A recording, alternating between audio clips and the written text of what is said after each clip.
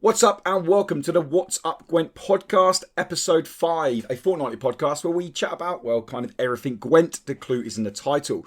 And I'm pretty excited for this one, guys, because we have got some pretty damn sweet, awesome heroes to talk about all of our topics this week. With me this week is Babyjosus, fellow TRS member, streamer extraordinaire. How you doing, dude? I'm all good, man. I'm good. I'm glad to be a hero again. So, Yeah.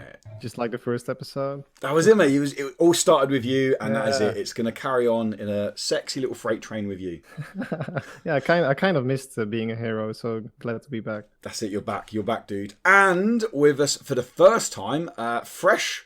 Also, BJ was actually from Walsall as well, but fresh off the plane from Walsall is Ash, the host of the recent Challenger 5. Ash Explores, as you guys may know, has. How you doing, Ash? I'm good. I am slightly recovering from Challenger still, but spirits are high, of course, after spending a weekend with some pretty amazing people and all the community that were there too. The energy is very high, but the body is failing me. That's the story of my life. That is literally the story of my life.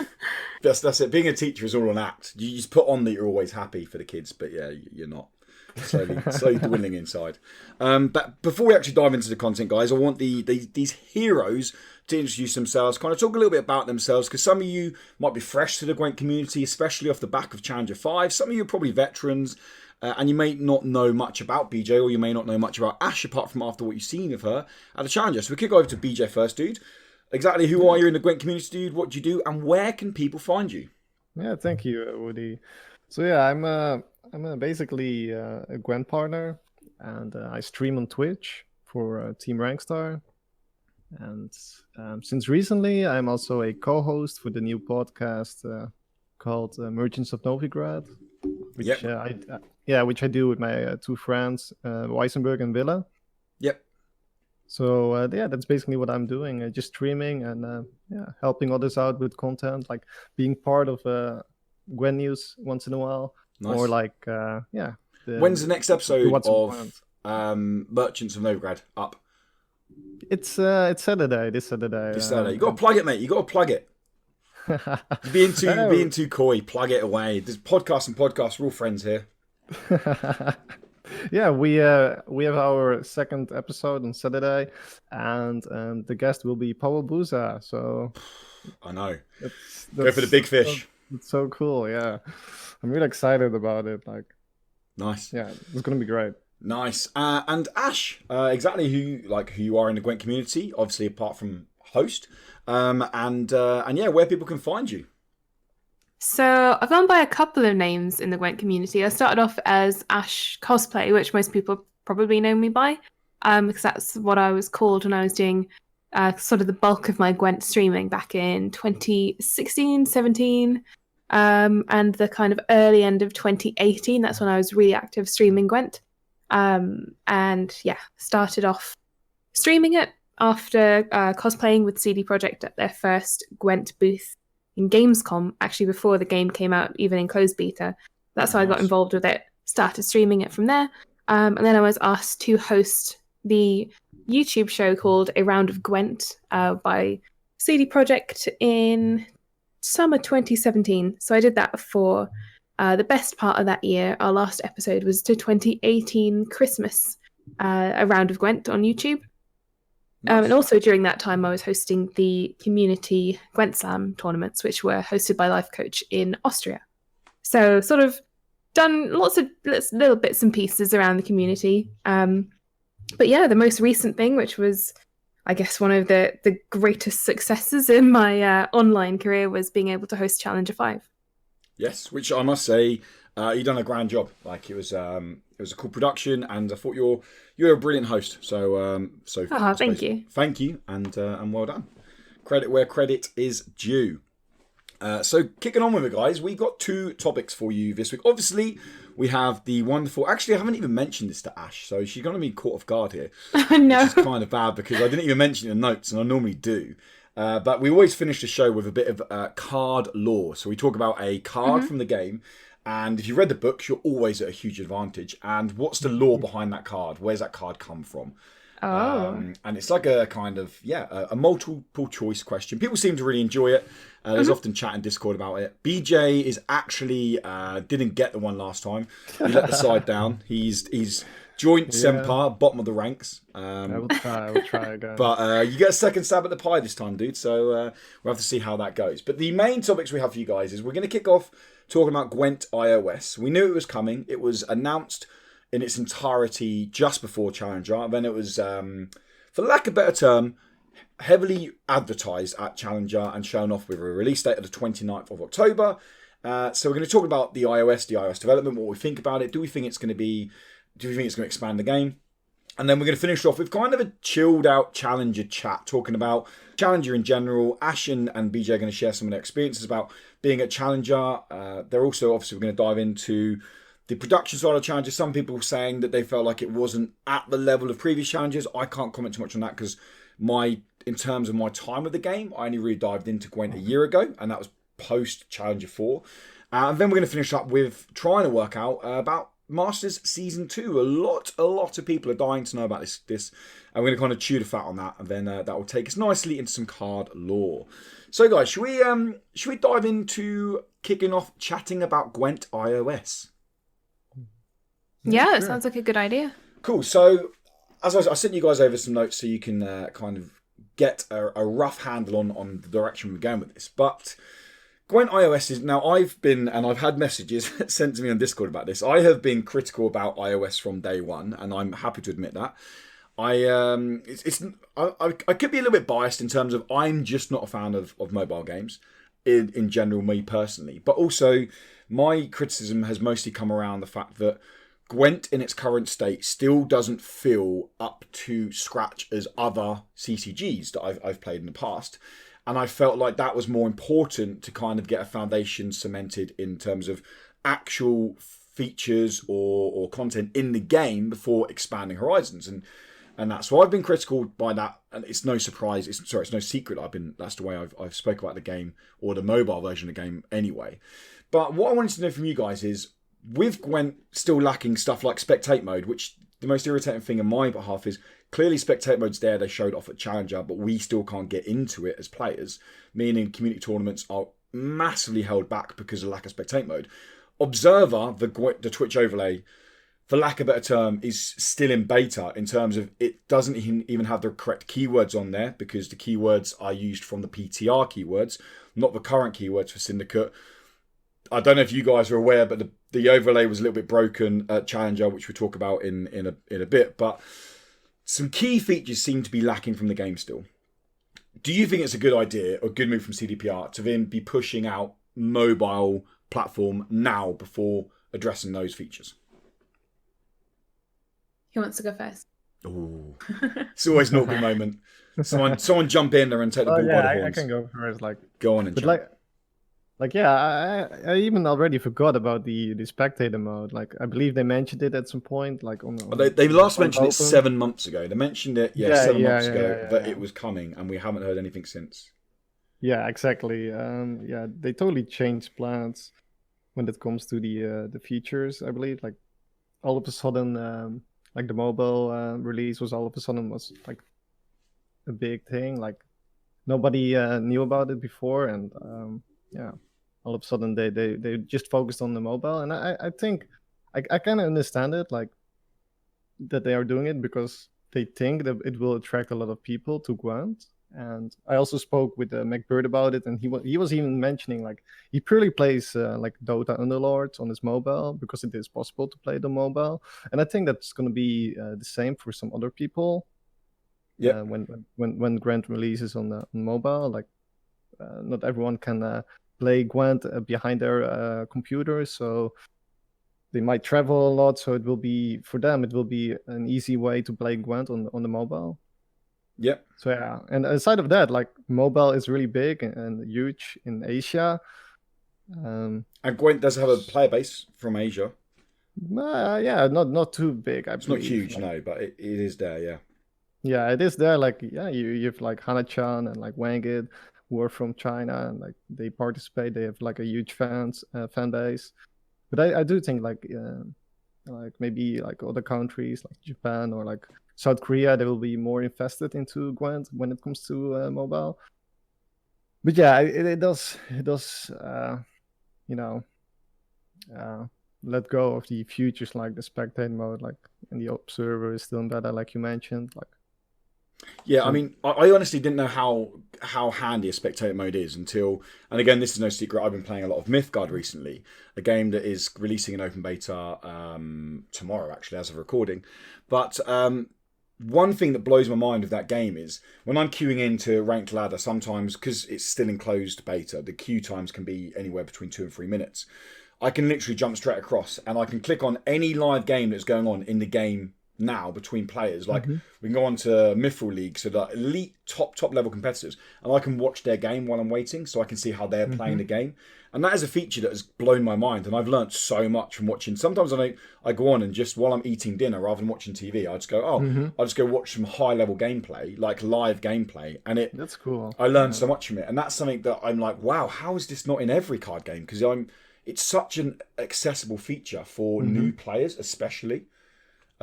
So that's something that baffles me. But yeah, Ash, what do you think about the mobile? Yeah, I am excited to talk about this. Cool, go for it. Yeah, so first thing you mentioned was spectate mode / observer not working or not being there or not working properly. Personally, I don't think that will really impact the mobile game too much. No. I don't feel like they're key. I feel like they're a separate issue, which definitely should be addressed. Obviously, spectate, because I feel like a lot more needs to be done in the way of supporting community tournaments in the game. But I feel like that's a separate issue for mobile, which I could talk about for years probably. yeah. But for mobile, I think there are more pressing issues. Well, not necessarily issues because we don't know how they're going to play out, but more key features which need to be incorporated and done well. So obviously making sure that the stats transfer across. There's been talk of the fact that console players aren't going to be able to have their collections, their decks, or their stats cross-pollinating. So they're essentially going to have to start from scratch with the iOS release. Obviously, there's the fact that it's not coming out on Android until we don't know. So I think there are more pressing problems with mobile than the lack of spectate or observer, but those are issues, but in a different way. If that makes sense. Yeah, no, for supporting the community. Yeah. But in terms of what to expect from it, it would be nice to have a fully fledged Gwent, and in the way that we know it on PC. But I wouldn't even be too sad if it was almost like a Gwent Lite experience, if that makes sense. Yeah, completely agree.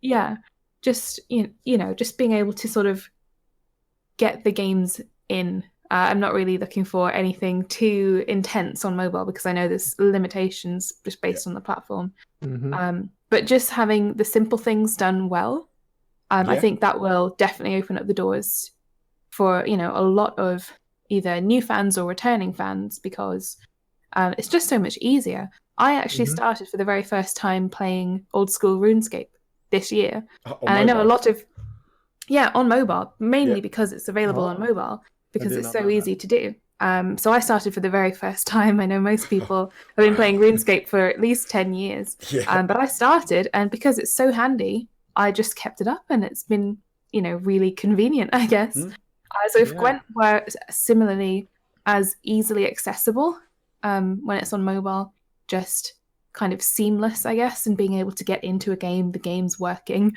I'm not asking for crazy things, but just for the simple things to be done well. Agreed. That's all I hope. Agreed. For example, you can play a couple games on the train or like the bus. Yeah, or... exactly. Sorry, babe. Sorry, BJ. What was you gonna say, dude? Yeah, no. You can go. That was everything what I wanted to say. I mean, I'll be honest. I'll play a game. I won't play it straight away because I actually transferred from Apple to Android about a year ago. But when it does come available on Android, I'll give a game on it just to give it a go. I probably won't play many games. What I'll do it for is, and it's very much how I played Breath of the Wild on Switch, is I will do deck building on the go. Like if I'm sat in the train or anything like that, I'll play around with decks on the go. And like theory crafting. And set them up and then be like, I'll give that a go when I get in. Or I'll play around with this and this should actually kind of work maybe. And I don't think I'll play any competitive games on the go really with it, just because I'll be worried if I'm on a bus. If all of a sudden if I lose 4G and I'm on pro ladder, I've just disconnected and I've just lost my mind. Like, True. I'm just not going to do that. Simple as that. People are like, yeah, I'm going to play on the train. I'm like, what, in London Underground? Are you kidding me? Like, really? But yeah, so that's why I wouldn't play games on that. But yeah, as I said, Breath of the Wild, it's exactly how I play the game. On the go, I would just literally craft all my food to get my stats up, and then put the game in sleep when I got home, put it on the screen, and be like, yeah, now I can go on an adventure. I've got all my stuff done because I could do it on the go. And that's kind of how I'm going to approach the mobile version of the game. I personally would like to see spectate mode in there. Observer is very bizarre that they've released it in the state it's in. Now, I don't know if you got, because you guys were obviously challengers, you weren't watching on a PC probably with Observer running, but I don't know if you guys are aware of the leaks that Observer gave away from Challenger. No, I didn't know that at all. I heard about it. Yeah, This is the first time I've sat down to catch my breath since getting back. So well, thank you for giving the time to us. But yeah, basically, heard about it because they were running a different. I don't know. It was very odd because it felt like they were running. They were running a different version of the game, which I noticed straight away. Because the new version of the game, when you have a card active for an ability, it hovers and then it pings something. There was no hovering in this game, so they were running an older version. I'm guessing that's because the hovering version, the new patch, did have some bugs on some platforms on it. Maybe that also wasn't working with spectate mode. There's probably a host of reasons.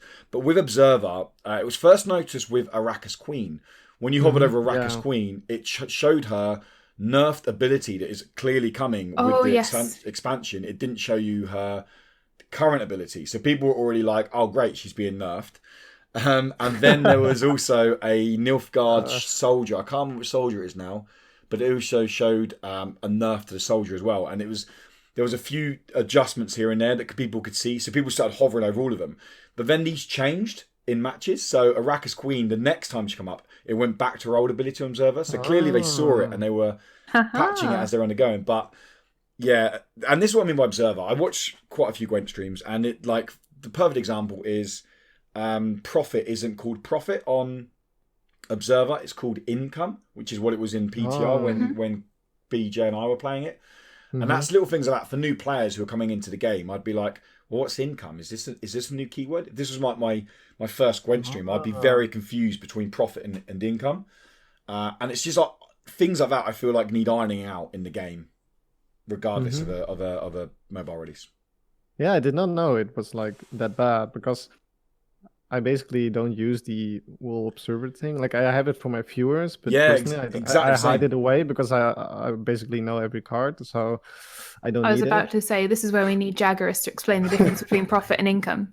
Did you listen to when she was giving us financial advice on her casting? I did. It was fantastic. And can I just quickly take a moment? And I don't care what people think of this. I just want to take a moment. I thought Jaggeris done an absolute sterling job. I thought she was brilliant as a caster. There were some really not nice things said about her around the community when she was casting.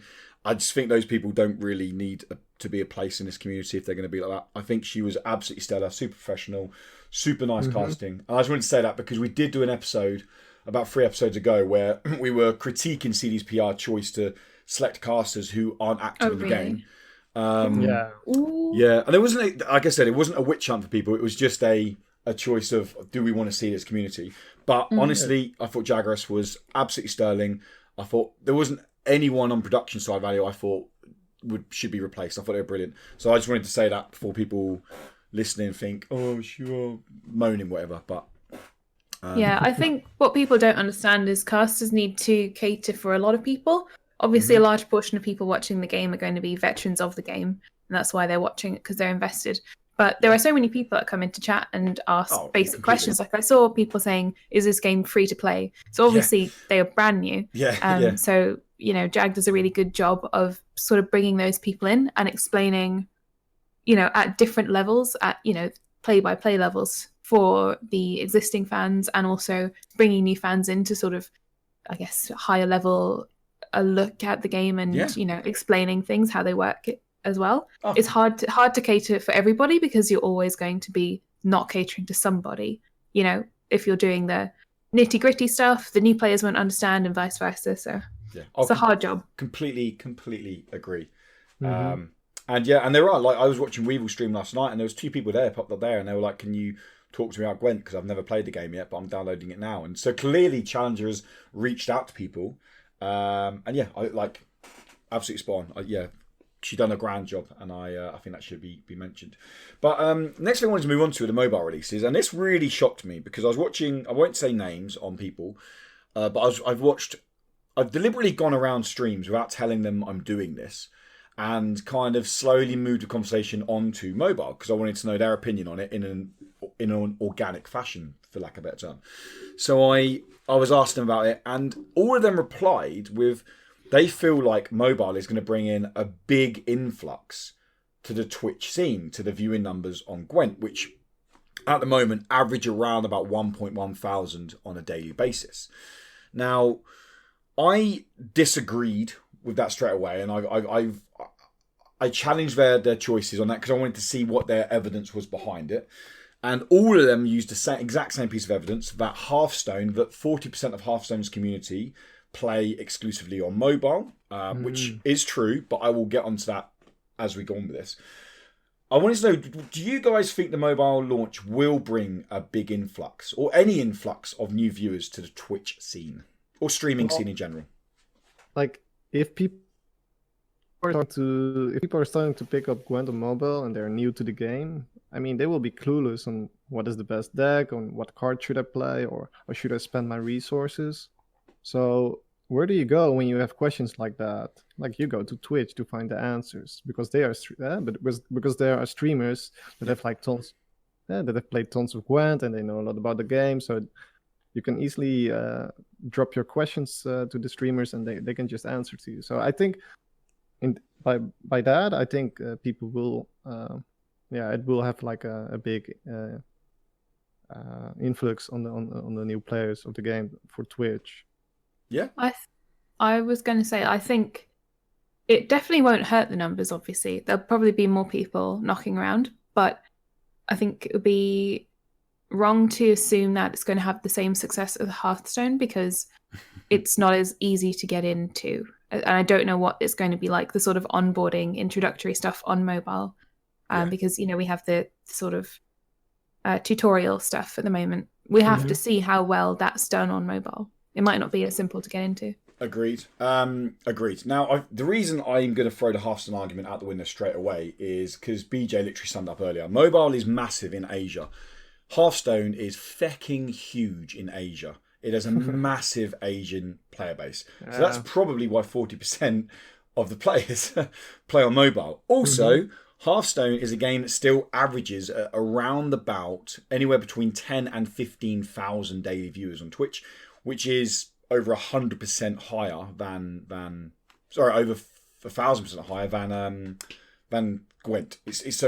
You can't use Hearthstone as an argument. It's like saying it's like saying there's going to be a paper version of Gwent and it's going to beat Magic the Gathering. It's not going to happen. Okay, it's just simply not going to happen. I'm actually going to be cynical and say I don't think the numbers will change at all. And very specific reason why is mobile is notoriously the most casual market, guaranteed. It's the most competitive game market in terms of people trying to get their games seen, but it is the most casual market going. Now, I think people will pick up Gwent and they'll play Gwent. Like, let's talk about new players here. Obviously, veterans like myself, you guys will pick it up and have a go with it. But new players will download it. They maybe do the tutorial, as Ash rightly said. Depends how that's delivered. They'll play a few games. If they like it, then they may put a bit more time into it and they maybe look at playing it on a different platform. Maybe go, maybe I get this on PC. But realistically, are we going to have PC players who haven't heard of Gwent and are waiting for the mobile release? Probably not. You don't get many CCG fans who don't know about a CCG existing. So I honestly think, and then the fact that, let's say someone picks up on mobile, they start playing it and they go, oh, brilliant, I'm going to play this on my PlayStation because I've seen it on the store. All of a sudden, they don't speak to each other. Mobile is ignoring PlayStation, Xbox. No progress can carry over. I honestly don't think there's any influx in viewers, just purely because mobile is such a casual market. I think they'll be lucky if 15% of the people, as in new players, not veterans, new players who download Gwent stick around to play Gwent long term. Because do you think it may Sorry, I was going to say, do you think it may be successful in maybe attracting people who stopped playing Gwent back? Maybe. That could be I useful mean, too. yeah, that could definitely be useful. It will definitely give them a chance of giving it a go and like kind of testing the waters before diving in again fully, if that makes sense. So maybe it'll work. Like I'll grab a couple of games of Gwent in my lunch break, and I could definitely see that being an option. But I mean, if we're talking about big personalities, if we're talking about life coach, we're talking about Swim or people like that, I don't think there's any chance of that happening. But in terms of the casual audience of mobile release, there's definitely a chance. I mean, the more mine you put out in the minefield, the more chance one's going to go off, right? Mm-hmm. Yeah, and there are also like lots of people that still play the Witcher games that don't even know about Gwent. And by releasing it on mobile, like it will get some marketing and maybe it will catch their eye. We don't know, but possibly. Great. I do think, however, they have got. I think any game on Apple now has got an uphill battle, purely because I don't know if you guys are aware, on the 19th of September, Apple Arcade launches. Tomorrow, Apple Arcade launches, and I've been dabbling around in that. And that, if someone wants to be a casual gamer, like Gwent won't appear in the Apple Arcade library. And for people who want to play games, I can really see the App Store being a bit of a dead place after Apple Arcade is a thing. And the fact that it's only launching on iOS at first, they've got a massive... I think anyone developing a game now for mobile has got a tough time competing with Apple Arcade from what I've played of that marketplace, shall we say. That's interesting. I didn't really know about that. But I guess it's such a... the industry is constantly changing. Yeah, so I should probably explain it because some people might not. Simple terms, Apple Arcade is $4.99 a month. Yeah, I can have up to 5 people on that account, so it can be used for family. So I could buy it. Well, I was given it as perks of another thing I do. And I have 4 additional codes that I can give to people. They can download it, they can play it. It's a monthly recurring payment of $4.99, and you have 100 games on there that you have access to. And these aren't mobile games, these are fully fledged games that you download, play on your mobile, and you can connect your PlayStation or Xbox controller to your mobile and play, or you can connect it to iPad, or you can connect it to Mac and play on the go. There's a bracket you can buy to clip your phone directly to your gamepad, and you can literally play it on the bus like that if you want. Interesting. So yeah, it's pretty good, and like I said, it is a separate marketplace store, much like Xbox Game Pass, if anyone's a member of that.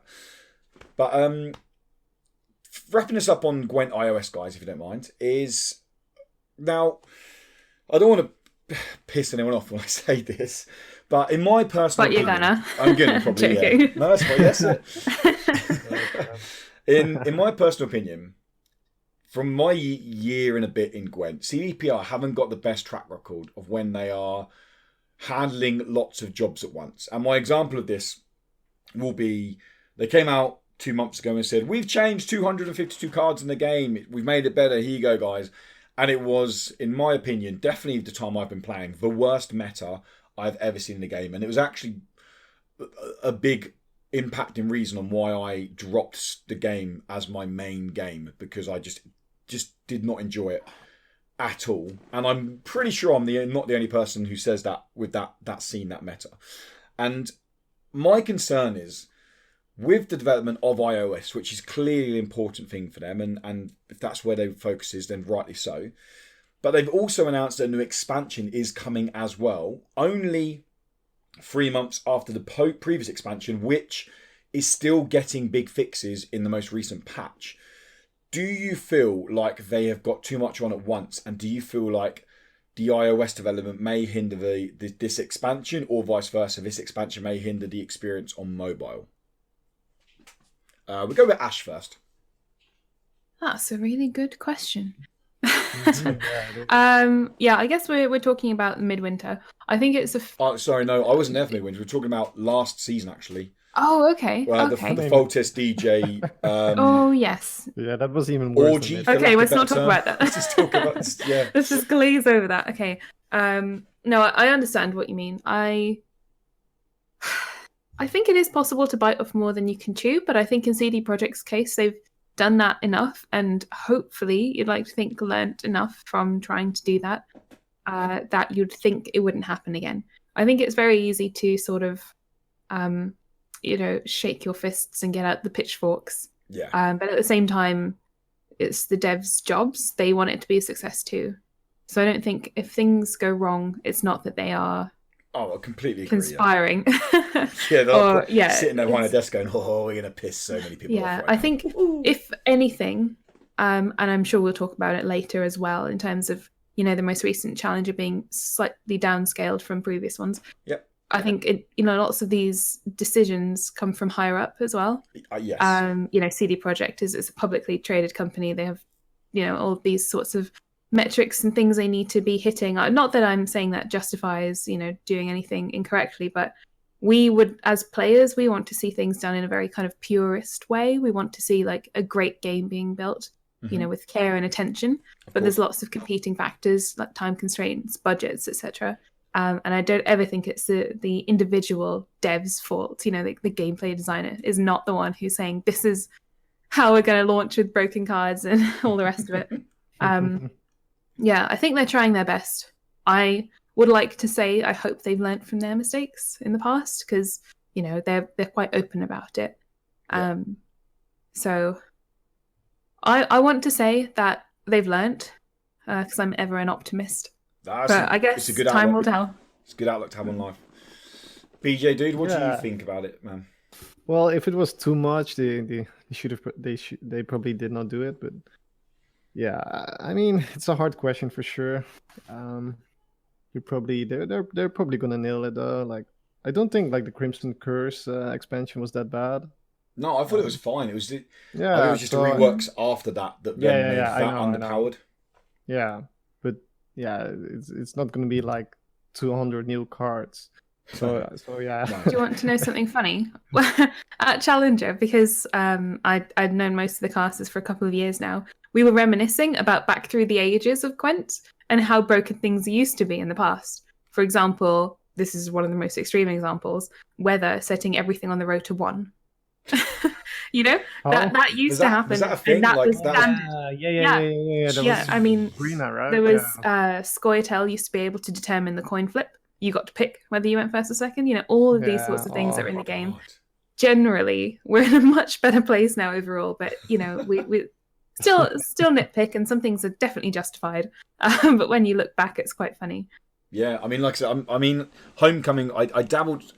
The annoyance thing for me was I played about 50 hours of open beta, which is nothing compared to many people. On PS4. Again, playing Finishing Witcher 3, going, I want to play Gwent. And I played it on PS4. And it was not completely direct copy from The Witcher, but it was enough of an understanding. And then I heard about Homecoming. I was like, cool, I'm going to stream it. I'm going to jump into Gwent, Homecoming, do this. So Homecoming was my first real taste of Gwent. So yeah, I love hearing stories about closed and open beta. Like when people say, yeah, this was a thing, and like Viper Witches apparently were a disgusting card at one point, and I'm like, really? Like, were they? I mean, I like them now because they're mill, but they're not really a great card. Yeah, and don't forget about Sabbath. I've heard about this as well. Yeah. Gosh. That was truly awful to play against. Awful. If you had no answer, like you had to tag in like you a just Mandrake. forfeit. Yeah, you just forfeit if you did not have Mandrake. You see it, yeah. They dropped the cards loose. Yeah, cool. So yeah, we had worse times for sure. Like, so we're Gwent's like fine, guys. now, aren't we? We're like, yeah, we war buddies. Like we survived all of this stuff. I like it. I do like it. I'm the same as you guys. I'm very optimistic in terms of.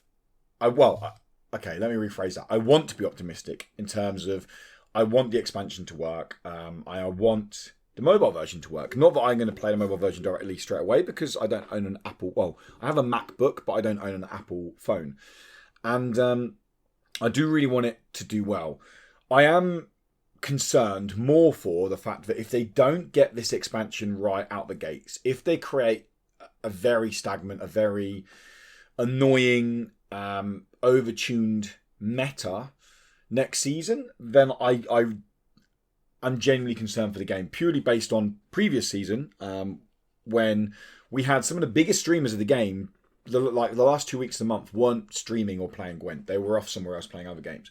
And we're in a place now where there are so many competitive games that people want to watch on stream. We're talking about there's a whole auto chess genre that didn't exist a year ago, but is now everywhere and people love playing that. We have quite a few CCGs popping their head out the woodwork now and saying we're now going to be a thing. You have obviously games like Borderlands if you want to go down AAA market, but there's so many games now that are streamer friendly that people can kind of. Auto chess is probably the best example of Gwent players can automatically go across and play auto chess, and their audience from Gwent are probably still going to enjoy it because it carries very similar traditions from a CCG, although it isn't a CCG. And I'm just concerned that if they have another meta or another season where it is stale, it feels overtuned, it feels broken. If they lose some really big personalities in the game, I am concerned for the game. But that's kind of my stake on what I feel about it. I hope they don't, and I'm optimistic that they won't, based on how many changes have happened from the previous 2 expansions. I just hope that they have taken their time to really work out how this expansion is going to embed itself in the current game state. Yeah. But I hope so too. Cool. And that kind of wraps up our iOS. Is there anything you guys want to add on to it? No. Yeah, I'm really sad that Radu lost the show match against Pumpkin at Challenger. I was cheering for her so much. Yeah. I mean, Alas. Ash, did you have a chance to play it on mobile when you're out there? I didn't have a chance to play. I didn't play a full game, that is, but I did get a chance to experience it on mobile, and it's really It looks satisfying. Good, is the only way I can describe nice. it. There is like haptic feedback. I think that's what it's called, right? Where it like buzzes when you like use an ability, very slightly. Nice. It's very very nice. I think. Oh, good. Well, there you go. Perfect. You heard it. First hand experience, exclusive. We get all the scoops here on What's Up Gwent, and that is it. First gameplay experience shared. There you go. But we're going to move on now, guys, to chatting about Challenger. Challenger just happened. Challenger 5 was the final Challenger of Gwent's first competitive season, which is the final event leading into the big one, the Masters, which is effectively, anyone new to the game, see it as the World Championships. The Masters is, you have to qualify for the Masters by competing in Opens and Challengers, and people can't just get to the Masters. They have to qualify and earn their place in the Masters. So, we're going to chat and chew the fat on the Challenger, the most recent event that happened. So kicking off nice and easy, both. I mean, I was so close to going. I almost booked my hotel, and then work were like, yeah, that's cool. You can have the Monday off, and I was like, sweet, perfect, brilliant. And then I got a text saying like, you can't have the Monday off, and I'm like, oh my god. So I couldn't go in the end. But I am planning to go to the Masters if they allow a viewing party. But both BJ and Ash were there. So guys, we'll kick off with BJ. You were there as a viewing party, as a Gwent community representative. How was the experience for you, dude? How was it watching it there live? How was it interacting with the community? Getting to meet some of these people who you've only seen behind a camera for several years. How was it as an event, dude? Yeah, thank you. I wanted to say ladies first, but it's okay. I'm trying to be even. It's okay, equal opportunity. I'm trying to be even. I'm trying to go one side and the other side and one side and the other side. But it's okay. So yeah, for me it was like a truly an amazing experience to hang out with like all the CD Pitch Grad employees, like Ash. She's basically also a CD Pitch Grad employee, right? Yeah. You flatter me. You heard it here first. Guys. Like, and the players, like the fellow Gwent partners, and like even people from like just the Gwent community, they were accepted to go there. So yeah, I think CD Pitch Grad did like a great job hosting the viewer party. There was like a big screen where we watched the matches on, and they made sure we were fed. Like Alicia, she pizza, ordered, wasn't like, it? You got pizza? Yeah. With pineapple? Alicia... Did it have pineapple yeah, on it? I did not have one. Yes, I had that one. Yes, see, it's all about having pineapple on pizza. It annoys when people are like, no. Yeah, I mean, you just have to be there for the pizza, right? That's it, man. That's it. Yeah, she ordered like tons of pizzas, and there were like enough drinks to take from. Aside of that, you could place bets on who was going to win and predict the scores of the matches. And if Repek, you do you know Repek from CD Projekt? Yeah. He basically runs the whole thing. He predicted the draw. That was there in the Colomon. Who was it? Colomon. Colomon versus Magpie. No, Was no, it no, Magpie? 1-3-1. Yeah. In that match, he predicted the draw. Oh, cool. Psychic. Yeah, but he did not win a prize. Yeah. only the people that voted, they could win prizes, which was really cool. Unfortunately, I did not win any prize, but Semper did. And what did Semper get? Yeah, the lucky bastard. He got like I don't know how you call it, but like these kind of posters. How do you call them? Like It was like the display ones, right? yeah, It the was display the- ones. the metal- yeah. the And metal ones, yeah. he got the Ceres on crate. So. He should have got a Bon Jovi t-shirt. He'd have loved that. Yeah, the shit up. But yeah, sorry, I should give context, Ash. Semper is like your biggest Bon Jovi fan. He used to travel around the world like watching their gigs. Really? I Yeah. have seen Bon Jovi live actually You with have? my mother. Oh, you have? Yes, it was There my you mum. go. It was fantastic. See, Semper will agree with you. He will, and Yeah. he'll be listening as well. John looks like he could be 30 years old. Yeah, I need to know what agreed. he uses to moisturize. That's it. Yeah. Botox. But so Yeah. you enjoyed it overall, Semper. There was like, I mean, a lot of people saying it's one of the best things they've done like for a long time. I mean, definitely. Like it was totally worth going there. Like, and it was not only like the Challenger, like not only the viewer party, but also like hanging out with like the people from the Gwent community at like the motel.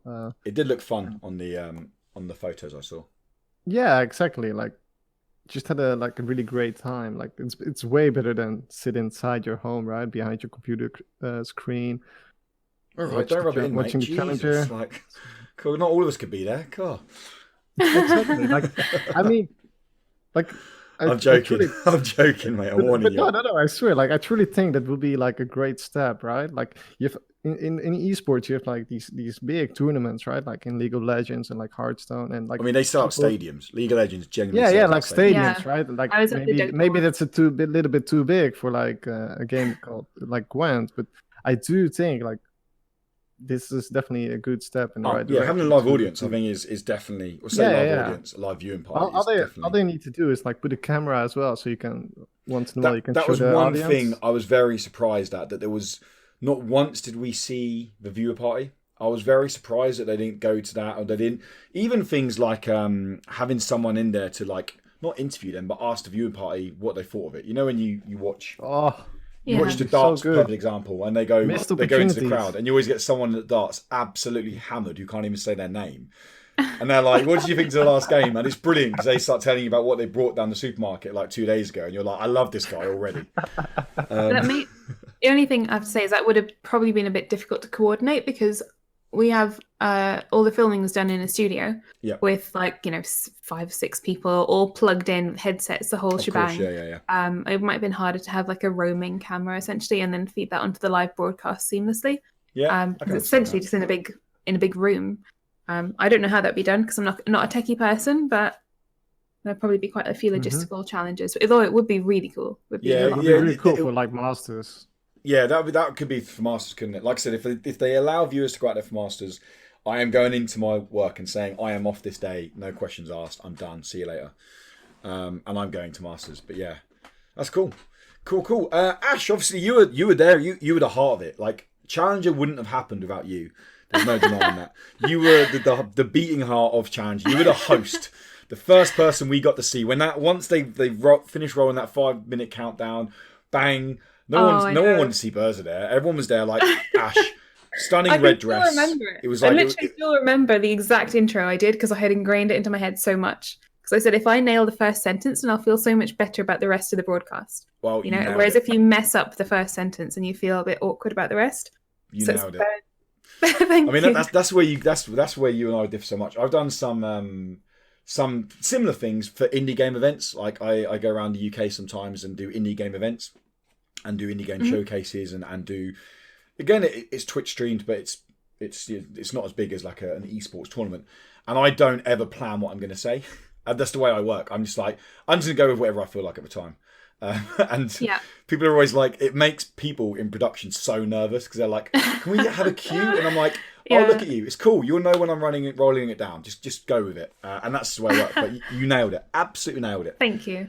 It's interesting. I did an interview with Team Rankstars actually at one point, and they were asking me questions about how you prep as a host, because it comes across quite natural and chatty, or at least that's how I want it to look. Yeah, but of I course. do like quite a lot of prep actually beforehand. Like you said, I normally don't have an exact script that I stick to, but I'll always have talking points, and then I'll rehearse like lots of different ways of maneuvering through those talking points. So there's always a vague plan. Although this one was quite interesting because there were some points where you had to be very, very scripted, such as when I was, specifically talking about like introducing the show match, for example, or talking about a new card. But then with the player interviews, like you can't really plan those. I had questions that I wanted to ask, but interacting with, whatever the interviewee says is all quite natural. So it's a funny little balance, a little dance you have to do there, but it's good fun. Nice. I think it's where I feel most at home. Nice. Was there a teleprompt? I couldn't tell it because normally you can tell some people there's a teleprompt because it's like they give it away so obviously. But it was so well done. I couldn't tell if there was a teleprompt or not. No, there wasn't. I couldn't even see the camera, funnily enough. It was hidden in a sort of a dark corner. So I could see the display coming out from the side of the camera, but I couldn't really see the lens. So I was sort of, no one look at the broadcast. You might be able to tell, but sort of aiming in the right direction and just hoping it looked natural. No, it looks good. It looks good. But how was it as an experience for you? Obviously, you said you worked closely with CDPR. It was in the past, so many people ask me this because between my segments, because I hosted the interviews at the end of each set, between those segments, I would go back to the main building where the rest of the community were. Although I'd normally sit in like the sort of smaller room where just the casters were because I wanted to, watch the games and take notes. So I had questions to ask that were appropriate. Yep. But I was always running back and forth. So I got to see quite a lot of the community. And I got to chat to them too. But it was really funny because in the small room where I was with a couple of other CDPR employees and the casters that weren't casting at the time, we had a faster stream.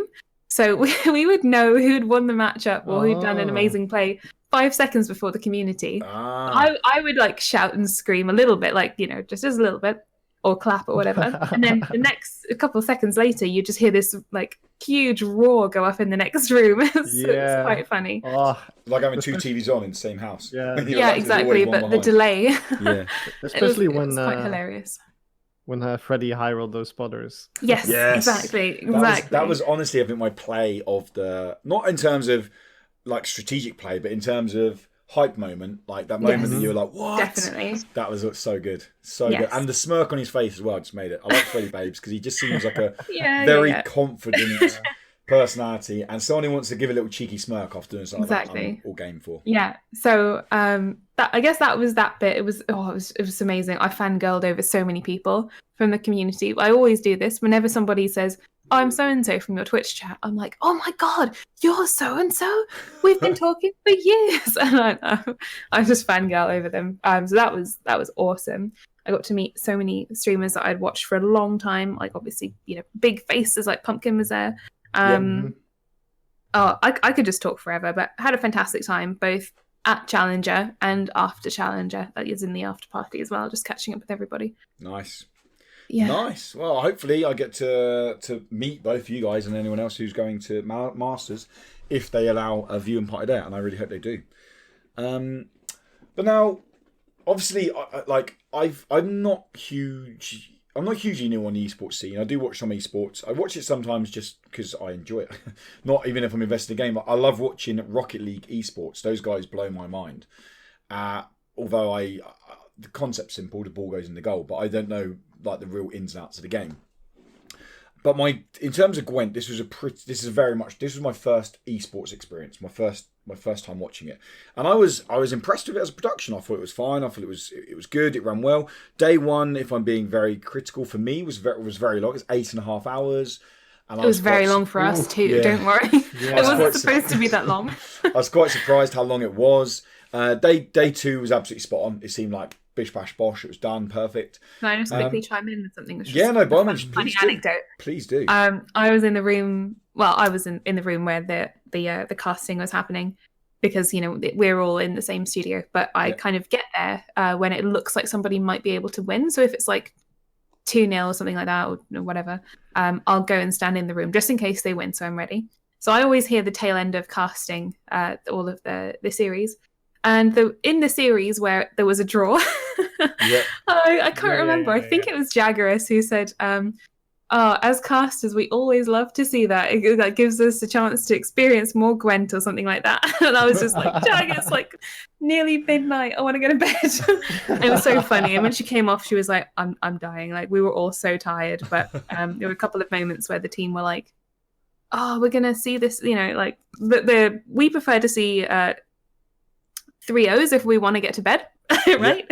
Yeah. But there were a couple of points where you could tell the casters were being kind and saying they were looking forward to another match when you knew that they just wanted to go to bed. We were all the same. We were so tired. Fair dues. But yeah, no, like I said, so this was my first experience, and I was genuinely impressed overall. I wasn't like, if I'm being completely honest, I wasn't blown away because my experience of esports has come from I watched the Overwatch League a lot, season 1. I don't play Overwatch. I just watched it because I thought it was cool. I've seen a little bit of Dota. I don't understand MOBAs very much, really, but I've seen a bit of the Dota one. I've watched FIFA season a few times, and all these are big games that have these very elaborate, huge kind of. They run like a Sky Sports production, like they could be on TV in terms of their polished level of production. So I didn't expect that from CDPR in a little CCG game called Gwent that isn't anywhere near that kind of level, or like FIFA's bonkers. But I was very surprised afterwards to see Discord chats really down on the Gwent Challenger 5 as a production. And now, like I said, I was fine with it. I went into the Discord, I was talking to people, and where people seemed down on it was they were mostly down on there was no themed set. And again, I didn't realise this was a thing. They were down on the fact that there was no interaction with the community, not just the community there, but the community in between matches. And someone gave an example of where one of the challenges, there was a short story going on, and at the end of the challenger, people could vote about the outcome of the short story. Apparently, there was music between short stories before, and people were kind of down on all this. Yeah, how did it feel to you guys being there? Do you like? I don't know if you probably haven't watched it back, especially Ash, because she's like, oh my God, I had to work back. I'm not going to watch it back. But some of the casters watch it back to know where they can improve, but I don't because I'm terrified of looking at chat. Quite honestly, I just don't want to see I'd ignore chat. Chat was, I'm going to annoy people by this. 40% of chat were being idiots and saying stuff that wasn't needed to be said. But no, being there, how did you guys feel about it? Both of you are like veterans, for lack of a better term, of the Gwent community. So you know what these previous events have been like. How did it feel to you guys? Did it feel like a downgrade, or did it feel like it was more of an intimate experience? Did it feel like there was, like, for lack of a better term again, costs being cut certain places? Like, yeah, how did it come across to you guys being there and as members of the Gwent community for a long time? We'll go to Ash first here because we're even out. I think Busha posted on Reddit yesterday saying addressing the fact that it was due to budget constraints. So they're quite, forthright about some of the things they have to work around. Mm-hmm. And like I said before, obviously the Gwent team have nothing to do with that. That's all from higher up deciding how much goes into this. I think in terms of previous Gwent events, they have all been literally mind-blowing. Like at the time, everyone was just floored by how fantastic they were, and that's probably where the downfall of this event has been in trying to compare it to that, because it wasn't at a special location. So previously, it was in Katowice, in the huge stadium there. Then that was the first one. Then I can't remember where the second one was. There was one in a castle, and there was one. Yeah, there was one in Washington Castle. There was one in Mine. Salt Mines. I forget the last one. But yes, the Skellige village. Yeah. So they've all been huge productions, like on themed locations, and I just think they probably, thought that would last forever. I guess we all hoped it would because they were absolutely fantastic. Mm-hmm. But it's just so hard to keep living up to that, especially when you have no choice over how much funding you have. So I think the community aspect of this one was probably to make up for the lack of everything else. Yeah, I mean I can't blame them. I would have loved to have gone to the Seychelles, shall we say? I guess that may not for a monsters themed one. I would have loved to have gone to Transylvania. That would have been fantastic. Yeah. But you can't really. It's like Dead Love cosplay. Yeah. Yeah, that'd be cool. That'd be So cool. it's hard to find blame with anybody that I know, in terms of the devs there, because it's not their Yeah. fault. No, agreed. Yeah. I suppose on the flip side of it, having it in this location where they know they're home to, it's where they work. It's they can have a viewing party. Like they couldn't have a viewing party necessarily if they were. I mean, I don't know. Maybe it's Skellige Village, maybe they can, but then they got to think about logistics. How are they going to get the community from one side to the other? How are they going to put the community up? Where are they going to get the food from? It's this whole snowballing of ideas they need to deal with. And I suppose having it in the studios allow them to have a viewing party there. But BJ, what do you think about it, dude? As in someone who's watched previous productions and then was at this one. Yeah, I can see why people are saying this. Like we mentioned, it was not being held at a special location like the cast or like the salt mine. And I was kind of looking forward to like the next special location, like most of the community was as well. But I think it still felt like a challenger since a lot of good players were participating in the tournament, and there was like still a big prize pool on stake. Yeah. Well, sorry, dude. Yeah, so competitive wise, it generally felt like a challenger. Yeah, but that's what Semper said. Semper jumped into my chat. He got back early Monday morning, and I think he got back and was half awake when I started streaming, and he jumped into my chat, and I was talking to him on that, and he basically said that he loved it because he went there as a like a competitive Gwent player aspiring to be a very high tier competitive Gwent player, and the competitive gameplay was there. He said he wasn't fussed about all the bells and whistles. He got to sit down and focus, talk to the community, and chew the fat on some very good high level competitive play, and that's what he wanted from a challenger. Which I don't think you can argue that's what competitive players want from the challenger, but competitive gamers or players in a game are only going to be what your elite top 5, maximum 10%. It's the rest as well, I suppose, that are going to be more vocal about not having the bells and whistles. Yeah, no, I mean, like I said, I was also a bit sad that it wasn't as grand as in previous times, but I mean, we've got World Masters next, so that's something to look forward to. I've been saying it to lots of people because we discussed exactly this in person. But who knows, maybe this was sort of the more frugal challenger so that World Masters could be a bit more spectacular. Who knows? That's just speculation, but I mean, that's exactly what I wanted to go to next. Is do you think that they will up the wow factor for Masters? Do you think they will throw the boat out and say we are now on the moon doing the Gwent Masters? Like, look at this. This is amazing. Yes, definitely. We are launching a new space station. That's it. But no. But you think they're going to throw the boat out for it? Yeah, definitely. I mean, I don't know what else to say, but yeah. Yeah, no, it doesn't have to be a big long answer. Just that's cool. BJ, do you think they're going to push the boat out a bit more for Masters? Yeah, definitely. Like, it all started in the studio, and the challenger ended in the studio. So I think for Masters, they are going to do a really great job. Nice. And it will be some special occasion, I believe. I wonder what the theme will be. Oh, the team. Syndicate. Oh, yeah. The theme, I think, very much from a marketing point of view, will be based around, depending when it launches, based around what expansion's coming up. I think that's what we'll do.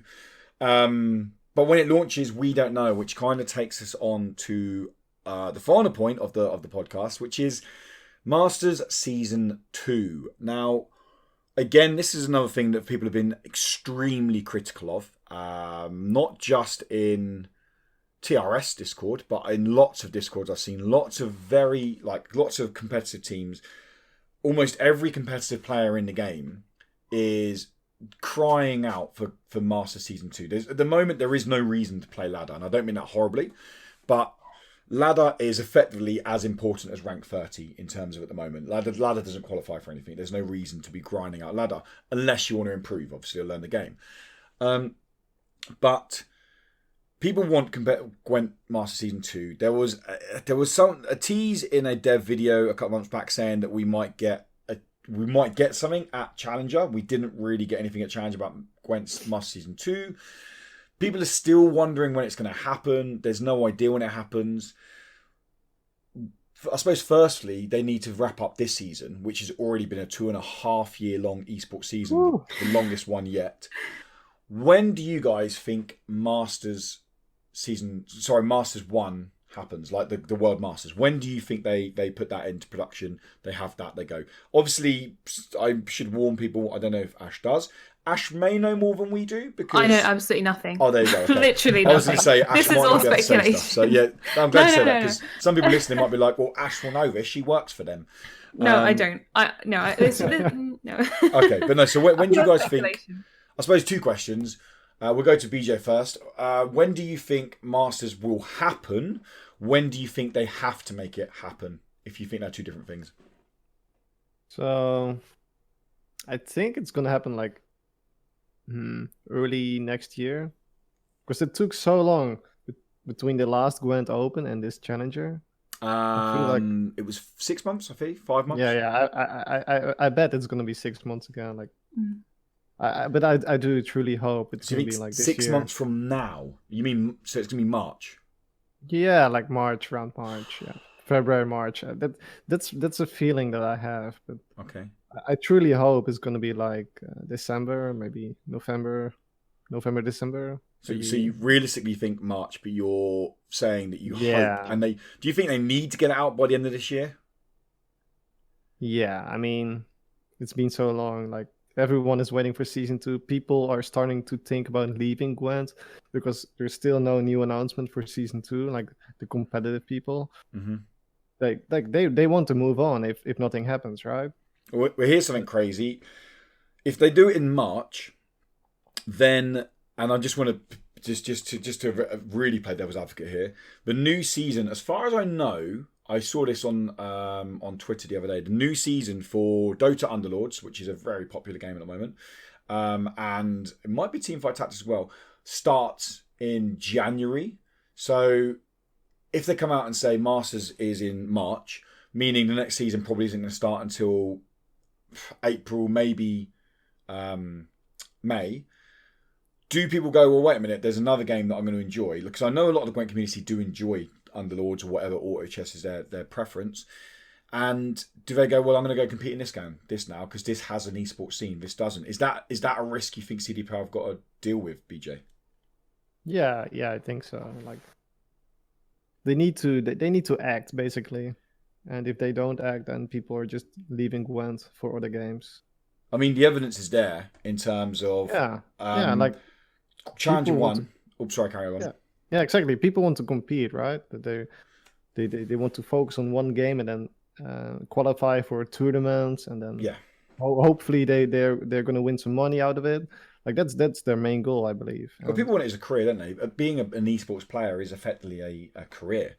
Exactly. Take as a job. And I mean, Challenger 1, for example, had 120,000 Twitch viewers as an average point, not peak, average point, 120,000 Twitch viewers. It was just over that. It was like 121,000, something like that, when I'd done my research earlier. Challenger 5 on Twitch averaged at 8,500. Now, when I asked the community about this, I asked different Discords about why do they think the numbers have dropped, the majority answer I got back was, how do you expect people to stay around for a 2.5-year season? Can I throw in a little bit of insider knowledge? Please, not really. go for it. I believe, don't quote me on this, I heard rumours that some of that may have been due to the fact that all the previous challenges have been hosted on Twitch front page globally, and this recent one wasn't. So it was on Twitch front page. I don't know if it was globally. It was definitely on Twitch front page. Well, that's just a rumour I heard. Okay, I can neither confirm nor deny. I only know that because I found it. That's where I logged on to Twitch to find, and was in type CDPR, and the first thing that popped up was the tournament. Okay. So it could have been on your recommended on the homepage, but I don't know. This is all I have heard from people. It was definitely on the featured list. It was definitely on the featured streams on the homepage. Because that's where I found it. But I did hear that as well. I heard that rumor. So maybe, like I said, maybe it wasn't globally. Maybe in some countries it wasn't like that. I don't know. But yeah, it was drastically lower. But then again, we have also, let's go back to Challenger 1. We had personalities in there, like Life Coach is just a huge personality. Doesn't play the game anymore. And 2 or 3 other big personalities. I mean, a big interesting thing is going to be, what's going to happen to Life Coach's place at Masters? Is he going to take it up? Is he going to come back and play the game? Is he not going to play the game? Are they going to open it up to someone else? Are they going to all of a sudden go, well, well, life coach doesn't want to come back. We have one place at Masters, but then that's going to surely piss other people off because they go, well, these people haven't competed at an Open or a Challenger, but now they've got a chance to qualify for Masters. Like, that's a ball they've got to juggle. I think in terms of life coach, he's not really bound by other people in terms of the fact that, you know, he's kind of sorted. He's not really playing for the prize money, essentially. He does it more for a intellectual love of playing games. Like, if you have seen his stream before, he'll happily play a game that he finds interesting that draws in next to no viewers because he has the luxury of being able to choose, you know? So whether we see him or not, I guess will just be whether the game is to his liking. Yeah. But that being said, the people who take his spot will be the next people most qualified.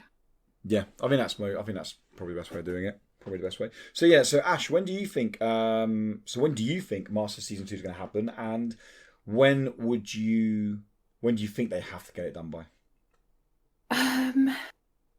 I can't remember, but I'm pretty sure there was an outline almost of the season. I can't remember exactly where I saw this, but I think it was said that they would have liked to have done it at the end of this year. Does anyone know what I'm talking about? It was like a roadmap or something. Yeah, maybe earlier in the year. I've seen that as well. So I think that would have been the goal. Would be nice if they did it around, December time. Yeah. Christmas event. That would be really fun. Yeah, I was thinking about it. That'd be really cool. But that'd be great, yeah. Realistically, I'm not too sure. I have no idea. We saw a downscale to Challenger this time.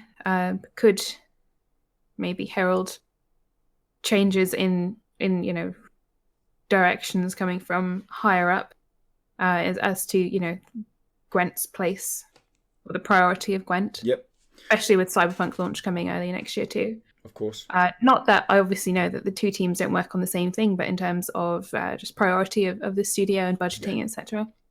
Who knows? I would also conservatively say early next year, if possible. Hopefully before Cyberpunk comes out. That's going to be a thing, isn't it?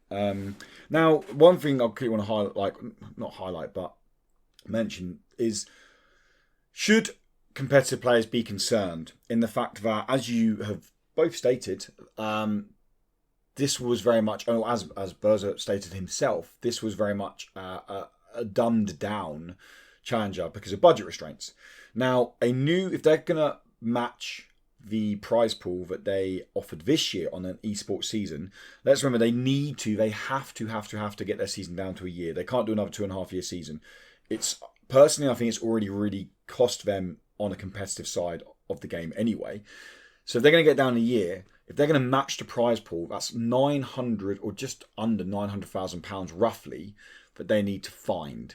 Now, they've already said that they're cutting back on budget because of the Challenger. Obviously, that could be to hold off money for World Masters, but is that a concern, do you think? Do you think competitive players should be worried that if they're holding back because they haven't got a full budget, but then do they have the budget to maybe go ahead and do? And that's not taking in marketing, that's not taking anything around the Masters game or development time or anything like that.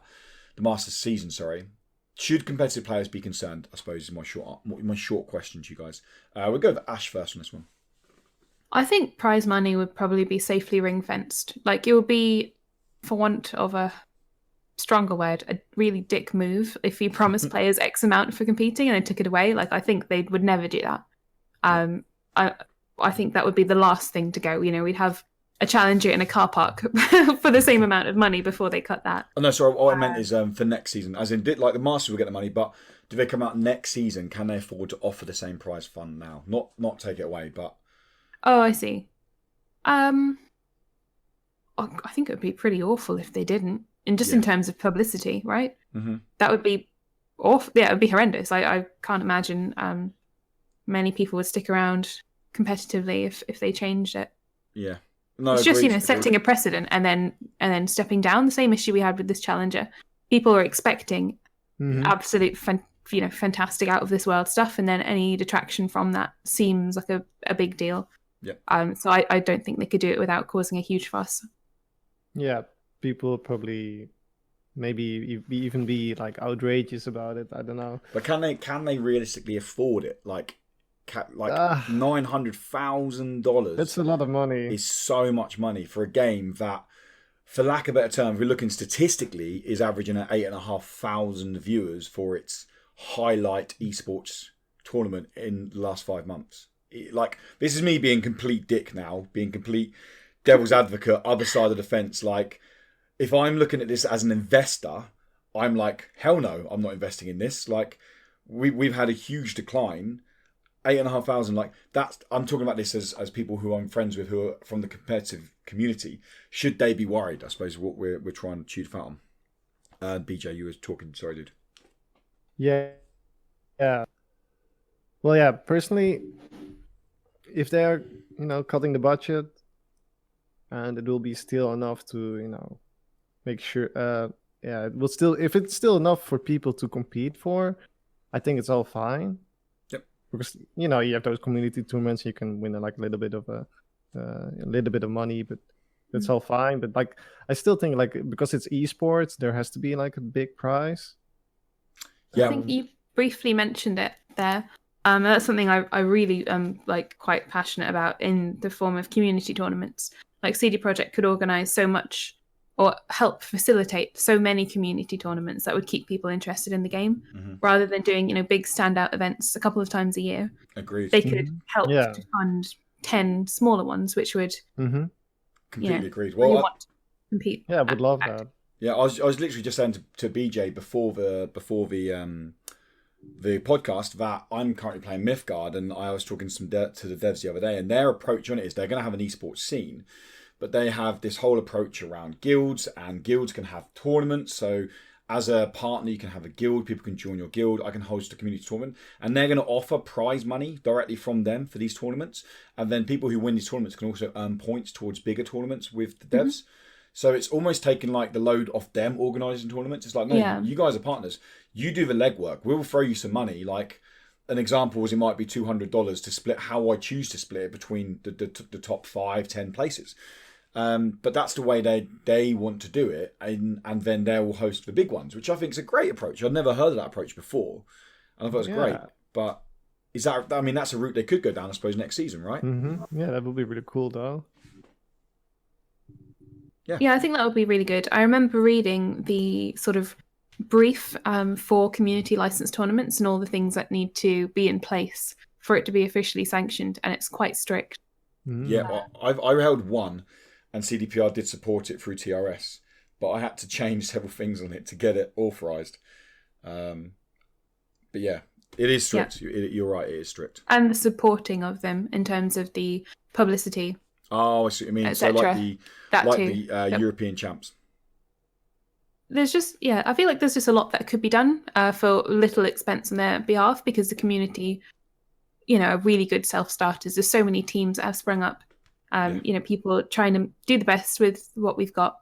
Yeah. Well, a little bit more support would go a long way. But exactly. Well, the perfect example is the European Gwent Championship at the moment, which is the prize purse is $1,000, which compare that to any other esports tournament, it's tiny. Like it's a lot of I don't think any of us would say no to $1,000, but it's small compared to other tournaments. But it has really, and I think BJ will agree with me here, really kicked the competitive Gwent community on now to qualify for it, right? People are encouraged. They want to get to the LAN tournament. They just want to play in a LAN tournament. They want to represent their team with a jersey. They want to play that. And if it wasn't, I asked Semper and Vil previous episode, if it wasn't for the European Gwent Championship, would they still be playing the game? And they both said they might not be playing the game anymore if that didn't come up. That's what Senpai told me as well when we hanged out at the Challenger. Yeah. Like he said, the EGC tournament, it keeps him alive, it keeps him playing Gwent. Yeah. If it was not there, he might already, jumped ship. And that's it. And that's so, as Ash said, absolutely rightly so, smaller community tournaments can be a godsend to games like this. Exactly. Yeah. Yeah, we can only hope. We can indeed. It was sheer speculation. But unless you guys have got anything to add, that is going to wrap up the main content of the podcast.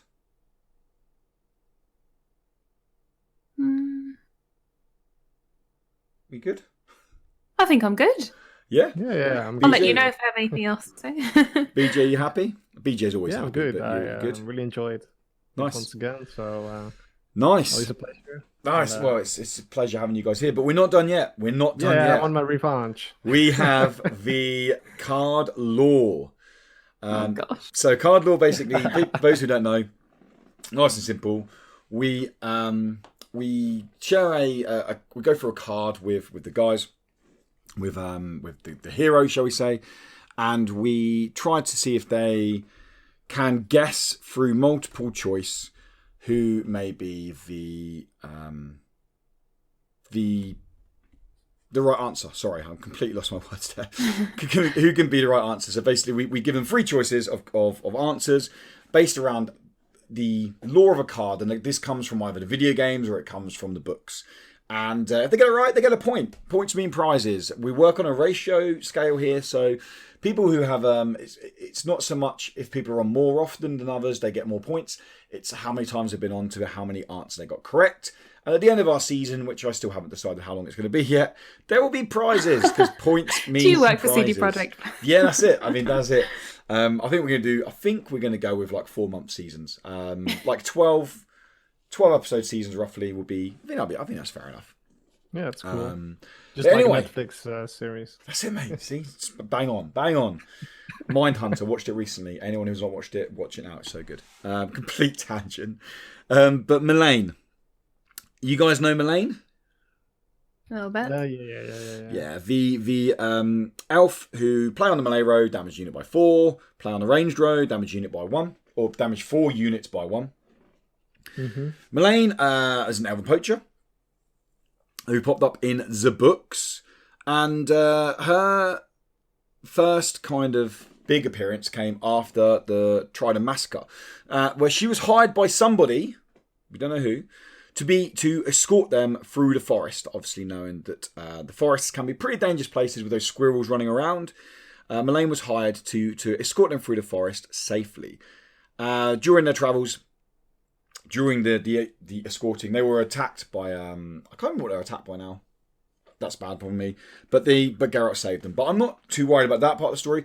I'm more worried or want to know about who were they employed by? Who paid for them to escort them through the forest to make sure they were safe from the squirrels? Was it Pavko? We know he's Scoia'tael, but he is a human Scoia'tael. So was it Pavko? Because he was worried being human. Was it Tibor, the big boy Tibor, that needed help being escorted through the forest? Or was it Falibor? They are your 3 options, guys. Pavko, Tibor, or Falibor. Which one was employed by Melaine to escort them through the forests? BJ, you're saying who, dude? Falibor. You're saying Falibor. Yeah. Okay. And Ash, who have you read the books, Ash? I have, although all knowledge of them has clearly just evaporated from my mind in the last 2 minutes. I think BJ's you've read the books, haven't you, buddy? Not all of them. I'm still reading Blood of Elves. Ah, nice. I've just finished Blood of Elves. I'm starting Swords of Destiny. Yes. Okay, so Ash, who... Oh, sorry, dude. Isn't it the other way around? You have to read Sword of Destiny first before Blood of Elves? Oh, yeah, sorry. No, I'm reading Time of Content. Sorry, you're right. Time of Content is good. Yeah, because it's Book A and Book B, isn't it? It's The Last Wish, Sword of Destiny, then it goes on to the main series. Time of Content is what I'm reading. Well spotted. Calling me out on air. I'll speak to you afterwards, mate. But Ash, yeah, who do you think? Is it Pavko, Tibor, or Falibor? Do you know? I'm very confused. I have absolutely no idea. I'm going to go with Tibor. You're going to go with Tibor. Oof. Doesn't make any sense in my mind. But... It doesn't make sense in my opinion. Well, I'm very confused. I mean, I don't know. I can confirm that one of you is correct. Woo! Melaine was hired by Falibor to be escorted through the forest. I'm sorry, Ash, it wasn't Tibor. It would be great. I didn't think it was. I just didn't want to pick the same one. I wasn't sure. You got to be bold. You got to take it. You go, no, BJ, you're giving it to me. Like, it's mine, all right? I'm having it, all right? We're stealing the points together. But it was Falibor that she was hired by to escort through, obviously to help them pass those pesky squirrels, because it's dangerous in those forests, you know. But that's going to wrap up, guys. That is going to wrap up episode 5 of the What's Up Gwent podcast. And I genuinely want to say it's been an absolute pleasure having both Babyjosus and Ash here. Getting to know Ash a little bit more, because I feel like I know BJ pretty well now. I've been in a few of his streams and I've chatted to him quite a lot. But yeah, it's been lovely to get to know you a bit more, Ash. So firstly, thank you for stopping by. No problem. I had a good time. No, I'm glad you enjoyed it. You obviously, I don't know if you're still big on your cosplay stuff, but where can people find you on Twitch or on Instagram or anywhere else? Like, this is your moment. Sell yourself. Not literally, but you know what I mean. Sell myself. Yeah. Live on air. I stream over at twitch.tv/Ash Explores. Used to be Ash Cosplay, now it's Ash Explores. In terms of the cosplay thing, I took a break there for a while, but I'm kind of getting back into the swing of things. I'm doing a cyberpunk cosplay at the moment. Sweet. I saw that's what I'm working on. for the first time on Twitter, and it yes. so good. Yen is that's what started it all. Nice. That was cool. It was really cool. So yeah, that's when my Twitch. Oh god, it's going to be hard to explain. My Instagram is Aisling, AISLING Explores. So that's my name. That's where the Ash comes from.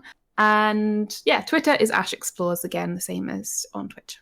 Nice. And I will link all these below, guys, in the description if you're watching on YouTube. Unfortunately, if you're listening on podcast services, then I can't link them there because they don't work as links. But YouTube, if you're listening on YouTube, then make sure you check the description below and you can find all the places where Ash can be found. BJ, dude, where can people find you? On Twitch and Twitter, pretty much. Just Babyjosus. Yep. Good stuff. And when's your streaming schedule, dude? Because I know you have a regular streaming schedule. Yeah, I do stream almost every day. Usually in the evenings around 6 p.m. CST. But sometimes I do like more late night streams. Depends on what plans I have. For example, now I'm participating in a podcast, so I'm going to stream afterwards. Nice. Yeah. So yeah. Good stuff. Ash, I forgot to ask you, do you have a streaming schedule? Not a screaming schedule. Screaming schedule, yeah. Every Monday morning before work. Do you have a streaming schedule, sorry? Not a fixed one at the moment. I took a bit of a break this summer, just sort of figuring out real life stuff. But sense. I am back streaming now. Since Challenger, I'm feeling a renewed sense of motivation to play Gwent, although likewise I'm on a podcast right now, so I don't have a fixed one at the moment, but it's normally in the evenings, Europe time. Nice. Several weekdays. Cool. Keep your eyes peeled for Ash playing some Gwent. And yeah, I mean, I will say I won't sit here now and say where my stance on Gwent, streaming Gwent is. I've done a whole video on that for people who were interested. I'm not currently streaming Gwent at the moment. That's not because I don't enjoy the game. It's just because I'm currently learning a new game and I'm learning to be competitive in a new game. Once they announce something for more competitive Gwent play, I will be back playing some more Gwent. But I am playing Gwent off stream. But if you want to stop by my streams, guys, you can find me at What's Up Woody if you're interested over on Twitch, Twitter, Instagram, pretty much anywhere. But yes, thank you so much to our heroes, guys, for both Ash and BJ for stopping by. It's been a pleasure having them here, as I said earlier. But more importantly, thank you to you guys for listening, because if you wasn't listening, then it would be a pretty boring job. I'd be sitting in my room talking to these guys, and that is a pleasure, but it's nicer if people are actually listening. So thank you for you guys. If you do have any feedback, then by all means throw it in the comments of the YouTube if that's where you're listening, or if you're on any podcast service, then there is a link to the Discord over on YouTube or the podcast services, and you can head over there. There's a WUG feedback section, and you can throw the feedback in there, and we will read it out next episode. I was trying to think about what to say then, because I literally had a message come through as I was saying that from Semper, who just wanted to say hi to both Babyjosus and Ash. So Semper is saying hi to both Babyjosus and Ash. Although he's tagged my name at the end, so I feel like he's saying hi to me, but I know he's saying hi to you guys. Nah, he's mostly saying hi to Ash. Yeah, he doesn't care about you, BJ. But I do, mate. Don't worry, I still love you, dude. But no, guys, it's been a pleasure. Thank you so much again to our heroes. Thank you to you guys. We record every 2 weeks, so you can catch us again on the next episode after this one will be up on the 1st of October. Until then, guys, have a great day, morning, evening, whatever it is, wherever you guys are. And thanks. Goodbye. Bye-bye. Bye.